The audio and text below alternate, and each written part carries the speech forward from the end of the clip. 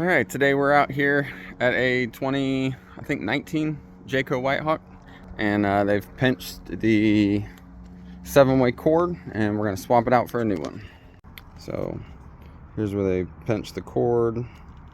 I do it is I replace it all the way back to the J box. Generally, either on the front of the frame here or underneath the frame is where your J box is gonna be. Most times it's gonna be up in this corner over here, but sometimes they'll put it on the front of the frame.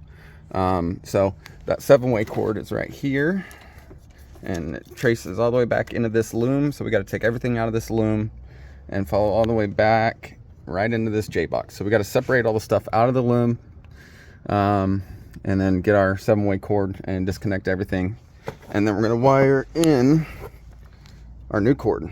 So yeah, here we go. So once you get the wire loom off, you're gonna pull out all the wires out of that J box, and you're gonna cut the 7-way plug wires on the plug side.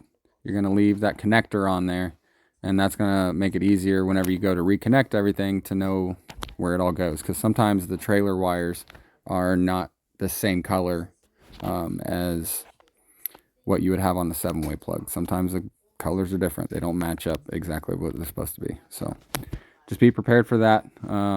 Keep track of what's connected to what, and then just direct replace. The blue that you pulled out, replace it with the blue from the new cord.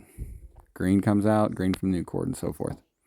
And then here, you're going to see me put the wire loom and stuff back on. I'm putting tape over the connections.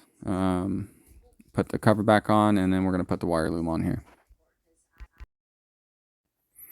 And before you get everything put back together, definitely test that it's working. Hook it up to a vehicle.